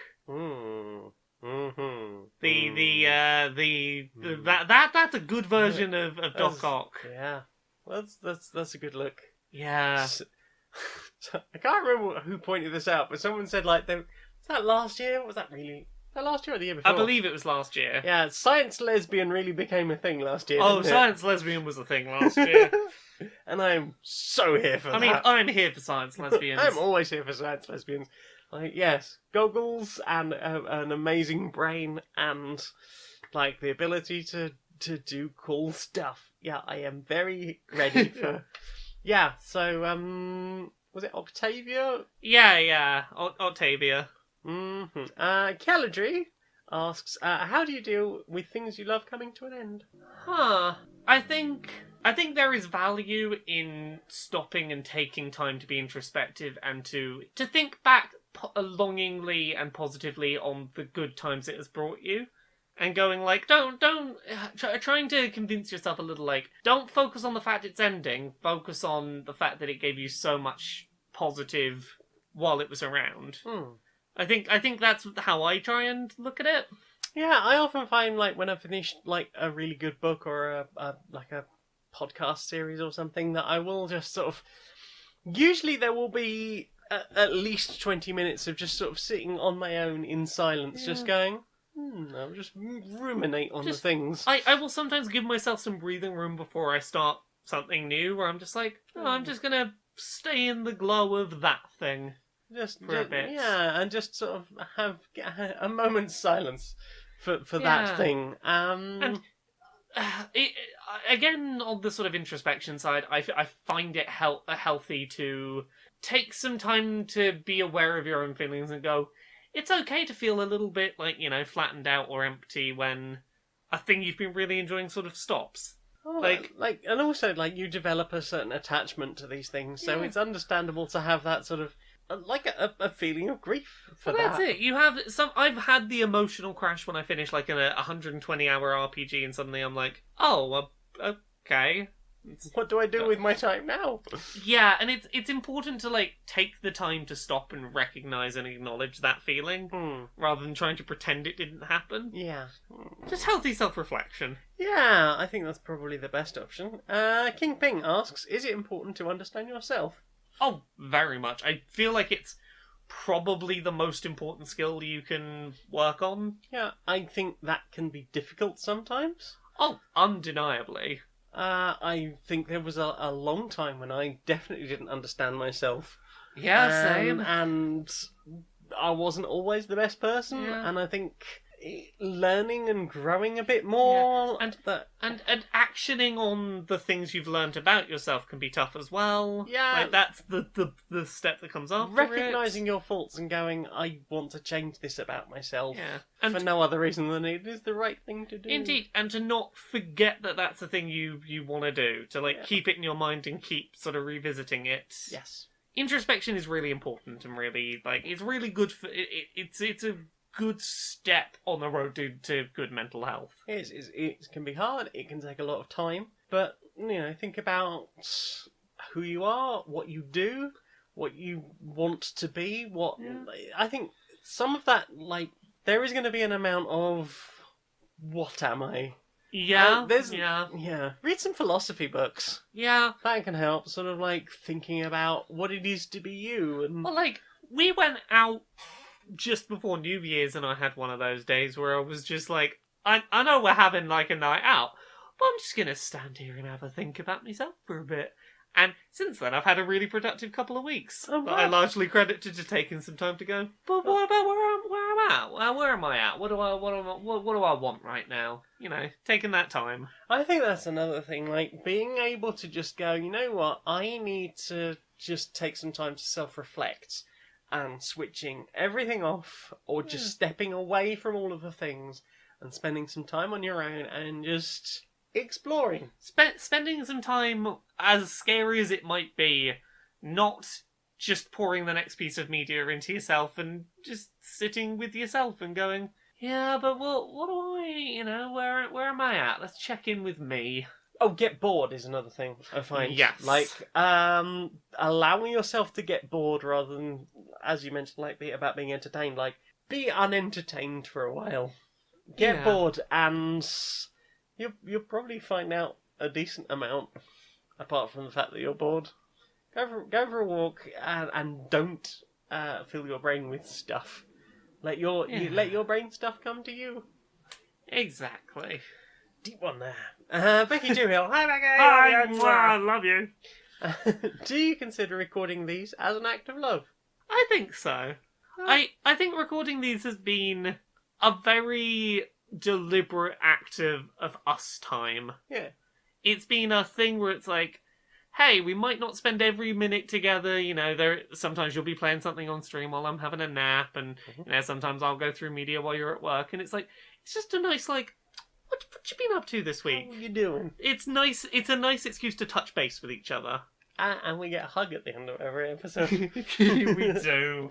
We do. Mm-hmm. It's why I make sure there's a brochure in every episode. I'm like, because we need a hug. I think brochure was one of the things, even before we did this, that it was hey, if we're going to do a podcast, we should do a brochure thing. And I'm glad that we've managed to stick that. Of all the things that have come and gone, brochure, I think, has stuck because it has such never stops being relevant. It has such a broad mandate, and there's always new things happening in the news to, tie it into, and it doesn't have to have a punchline. I mean, I think the presentation. It's most important that it doesn't have a punchline. The presentation style is the punchline, not the content. Yeah. Callum has shared a memory. Callum Turner. Hi, Callum. Hi. It was lovely to meet you at CoxCon. My best memory of the podcast was finally listening to the first episode after meaning to for a while, and then loving it and catching up with about 30 episodes over 2 weeks. I can't imagine anyone binging us. I've binged other shows. It's always weird to think of other people binging the stuff that I make. I think the only time I've come close to binging this is when you were away and I was feeling really, really unwell, and I just lay on the couch and was like, I'm just going to listen to Laura talk for about 6 hours. Yeah, I'm glad that our content is bingeable, I suppose. Crimson Conduit of Guillotines? Could be guillotines. Are there any genres that you don't usually get on with? And if so, are there any notable exceptions? In terms of game genres, I know that open world games are not usually my thing, but Breath of the Wild is a very clear exception to that. FPSs? I don't get on with most FPSs. I don't usually get on with FPSs, but Fortnite had me for a while. Isn't that third person? Oh, okay. Online shooters I don't usually get on with. I don't usually get on with shooters, but Fortnite got me for a while. I don't get on with FPSs. The one notable exception that I spent a serious amount of time with, and I keep thinking I'd like to go back and play some more of that, is Left 4 Dead 2. I would happily play more Left 4 Dead 2 with you. I've never played Left 4 Dead with a person I know. I would love to do this. Let's play Left 4 Dead 2. Yay! Dead Center for the win. Heck, I feel like there are other games that I've written about like today that fall into that because I've been working on an article. Those are the things that come to mind for me. Mm-hmm. Wood asks, if you were an NPC in a video game, what skill would you teach? I don't know. What would you teach? Poi, I guess. I was picturing you teaching like pun joke telling classes. I not only use it as my anime attack, but in the video game version of that anime, I teach other people to use it as an I attack. train the newest Pungeon Masters. I don't know what skill I would teach. Writing? Maybe that seems like the obvious answer. Being adorable? No. Oh. Well then. So, a few more questions here. Do you need a bra? You got me. You got me. Do you need a bra with an output of about 2,000 lumens? Maybe. Lighten up, bra. Do you need a bra that allows you to regain about a 60th of an hour of your life back? Give me a minute, bra. Give me a minute, bra. Do you need a bra with built-in translation features? What are you saying, bra? Do you need a bra that will help you to reach things on the top shelf that you're not quite tall enough to get to? Yeah. Give us a lift, bra. Do you need a bra with text-to-speech functionality? Sure. Tell me about it, bra. Do you need a bra that will tell you what precursor to bread is inside of a container? Yes. In it dough, bra. Oh my god. In it dough, bra. Oh, wow. I got you. Yes, you did. Do you need a bra that flattens your breasts? Sure. Keep it down, bra. Do you need a bra that tells you to be somewhere else because you're currently stood on its DVD of the Scary Clown movie? Come off it, bra. Well, I think that is all of the questions and all of the bras. Wait. We have another segment in this segment. Is it vegans or sawbones? Oh, wow. We are. Yeah. We're pulling out all of the stops. We're pulling out all of the stops today. Is it vegan or sawbones? It's that segment of the show where occasionally I will go into some Facebook groups and either this will be a post from Sawbones, which is a podcast about medical history, and usually these posts will be shared there to, debunk how not scientific they are, or they might be in a group for vegans being shared unironically as a way to treat various medical situations. And I will apologise on behalf of all veganity. I will say, the vegan group has calmed down. I had to work harder to find these than I have before. I feel like they're getting better. So first up is a post that has two emoji women doing handstands and doing the splits. And for vegan women, on one side there is a rainbow and some water droplets and some flowers and a diamond and a baby coming out of her split legs. And on the non-vegan side, the woman doing the handstand splits has fish coming out of her crotch. Wow. And it simply says, if you know, you know. Implying that non-vegan women have Stinky minge. specifically fishy minge. As opposed to minge that smells like rainbows and diamonds and rings and a baby. Or or junk, we should say. More precisely. Yes, okay, yes. So, fishy crotch. I feel like that's more of a hygiene/thrush issue. I feel like you're right, but is that in vegan or Sawbones? Sawbones. It's in vegan. Oh, god damn it, I'm sorry. Okay. If your kidney is in danger, the body will give you these 6 signs. And most of these are... Jaundice? Most of these are completely fine, but I'm going to tell you about the first sign. You will have a headache, and you will know it is because you have not eaten enough vegetables. I've had caffeine headaches. I don't think I've ever had a vegetable. Have you a lack of vegetables headache that will tell you about your kidney troubles? I don't think I've ever had vitamin withdrawals. Yeah, so is this in vegan or Sawbones? It was in vegans. Yeah, a Pyrrhic victory, woo. Okay. Drinking water from a copper cup will help kill bacteria, stimulate the brain, regulate the functioning of the thyroid, soothe arthritis pain, boost skin health, slow down aging, improve digestion. Slow down aging is the one that got me.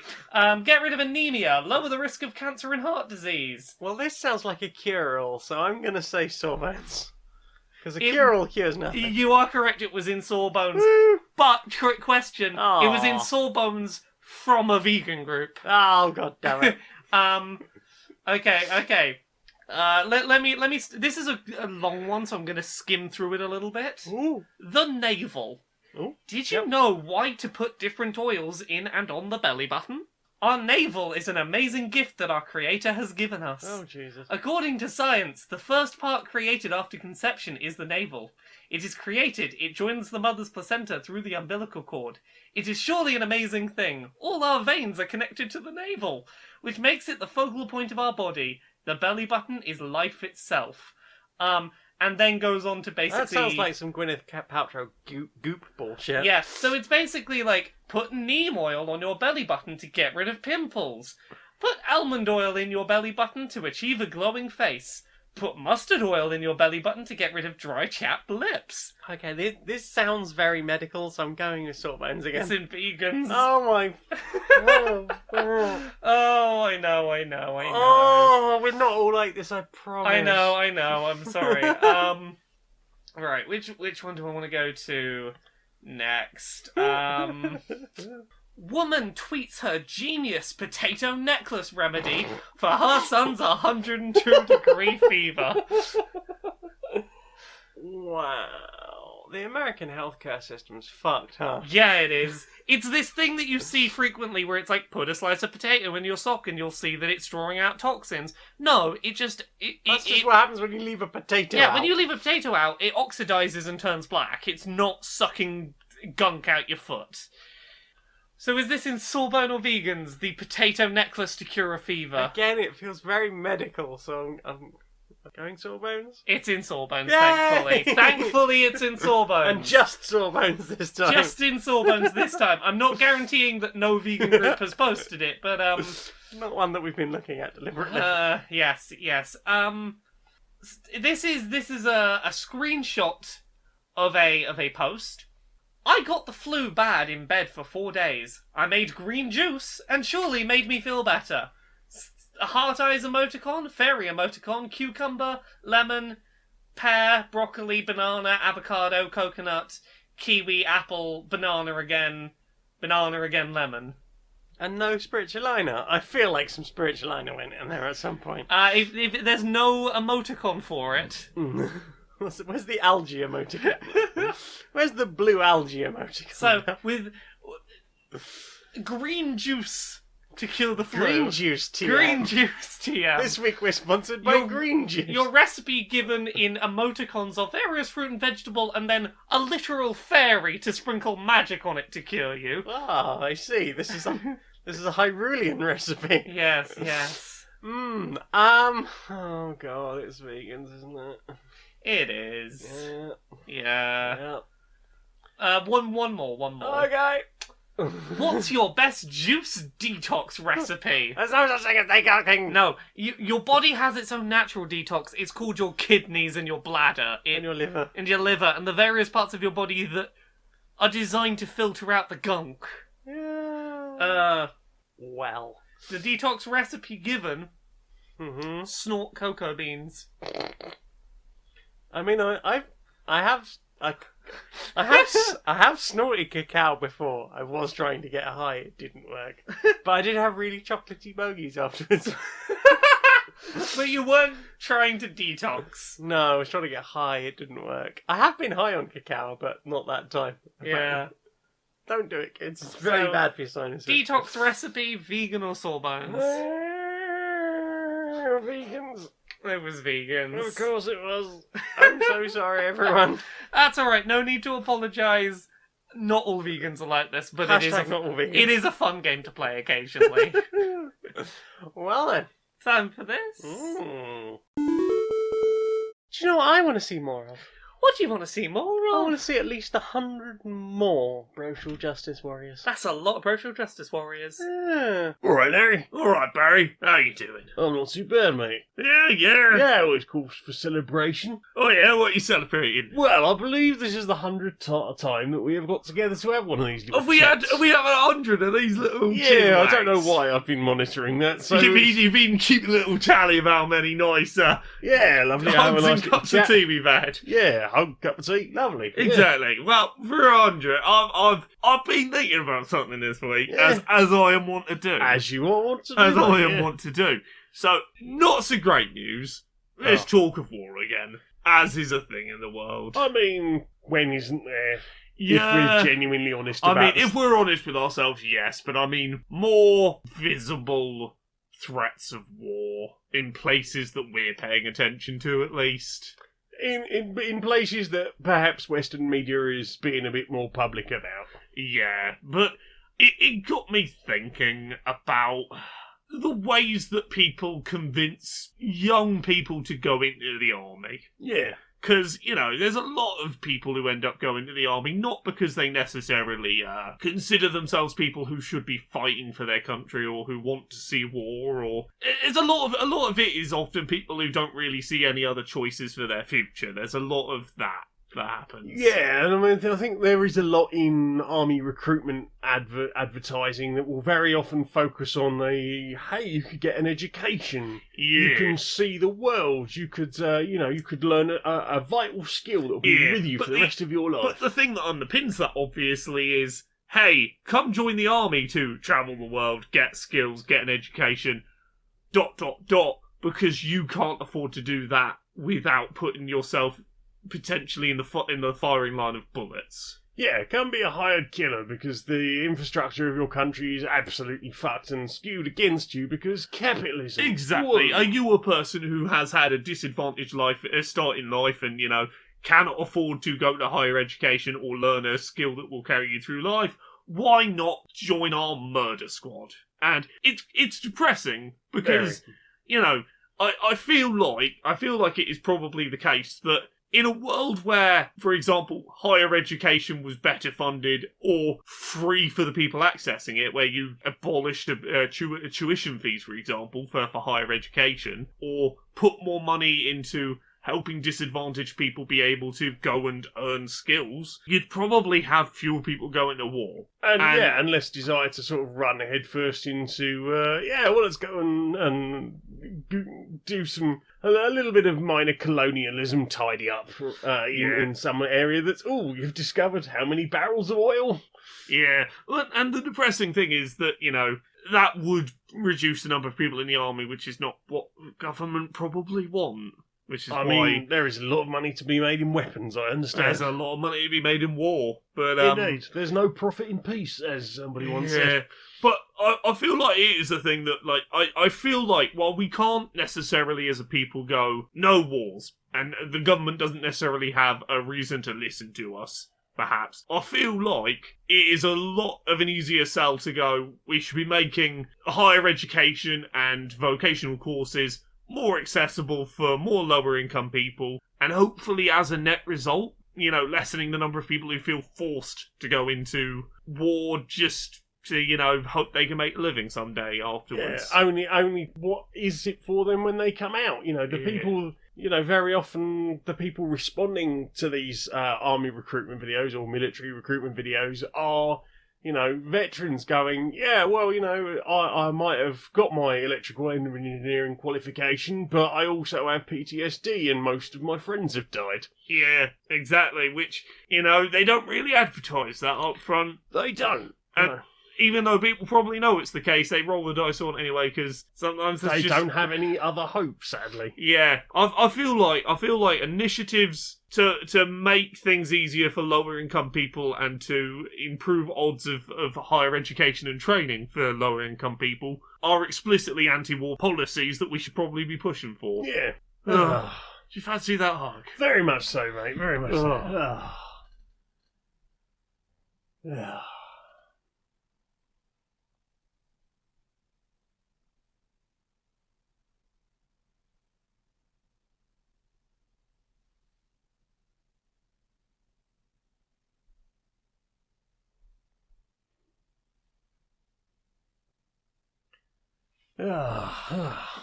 Good on, mate. Good on. Shall I pop the kettle on? Yeah. I'll have a cup of tea. Yeah. Land of Queer and Pleasant Strangers. In the land of queer and pleasant strangers, yeah. So, Laura. Me? You instead of. Where can we find you on the internet? Laura K. Buzz in all of the places. Yeah. Laura K. Buzz. All of the places. Laura K. Buzz on Twitter, Twitch, YouTube, Patreon, laurakbuzz.com. I would recommend a couple of specific features I've done recently I've been really proud of. I did my 25-ish most anticipated indie games of 2020. I did an article about McCavity from Cats and a comprehensive list of his crimes. What else did I do recently? I did a piece about disability, accessibility in games with the new consoles happening. My Games of the Decade feature, all of which are available on YouTube as videos or on laurakbuzz.com as written articles, depending on how you prefer them. I did a new thing on Patreon. I've started doing Patreon Q&A podcast things, where every now and then I will put up a little Q&A thread for Patreon backers, and anyone can download the podcast afterwards and hear all of the answers. But if you wanna ask questions for that, if you're supporting me for $1 a month or more on Patreon, there will be threads to do that. It is the only thing behind a paywall on the Patreon as a way to go, hey, maybe come click on this. So check that out. The first episode is up and everyone can have a listen to it. It is available for everyone. Other than that, I have some books. Things I Learned from Mario's Butt is an illustrated, silly and serious coffee table book of video game character butt reviews with a bunch of guest critics involved. You can back that currently on Unbound to get it slightly early or with various rewards, get it signed, things like that. Or you can get it in shops in October of 2020. Gosh, it's this year. We're in the year where that book comes out. Mm-hmm. And Uncomfortable Labels, which is a book about being gay and trans and on the autism spectrum. And that is available right now where books are sold or as an audiobook on laurakbuzzstore.com. Other than that, there is Pixel Squirt, which is a video game porn review podcast. Podquisition, where we tell you whether your favourite video games are great or perfect. Dice Funk, which is a Dungeons & Dragons podcast. I am on seasons 3, 4, 5, 6, and I will be on season 7. I've come up with my character for that season. A character sheet exists. What What about you, Jane? Where are you on the internet? I'm Maniac Janiac on Twitter and YouTube. I can also be found on Twitch as Janiac, that's Janiac. I stream on Tuesdays and Thursdays. Come join the Sexy Potato Squad. That's all my lovely viewers. Also on patreon.com/stonedmonkeyradio, and I'd like to say thank you to Math Tiger says that there is a 43.47% chance that Moose is a human. Jaden, Cassiopeia Swift, Tallulah, Callum, hey, thanks for your excellent work, Turner. S. Kearney, Goblin of the Year 2019, congratulations. Larry Yelling NB, J. Logan, Conduit of Queerness, Mage of Life, Tales of Inquiry, Constantine Cune, Robin loves Dedude Molinaro. Every week that gets me. Kelladry wishes that she remembered to change her name in time for Dice Funk. Robert Harding. And Basin is back. Thank you very much to all of those people. If you want to chuck us $1 a month, I would very much appreciate that, because I would like more time to write about video games and play games and talk about the things and share experiences and make amusing content. I would like if you had the time to do that too. That would be really lovely. I think those are the most important ones. Redbubble.com/people/stonedmonkeyradio, and you can get a butt plug soup, bath mat, or a phone cover, or a Spook Arcade t-shirt, whatever you fancy. And that's all the things. So, Laura, sing us out, darling. Until next time, be a stranger. I will.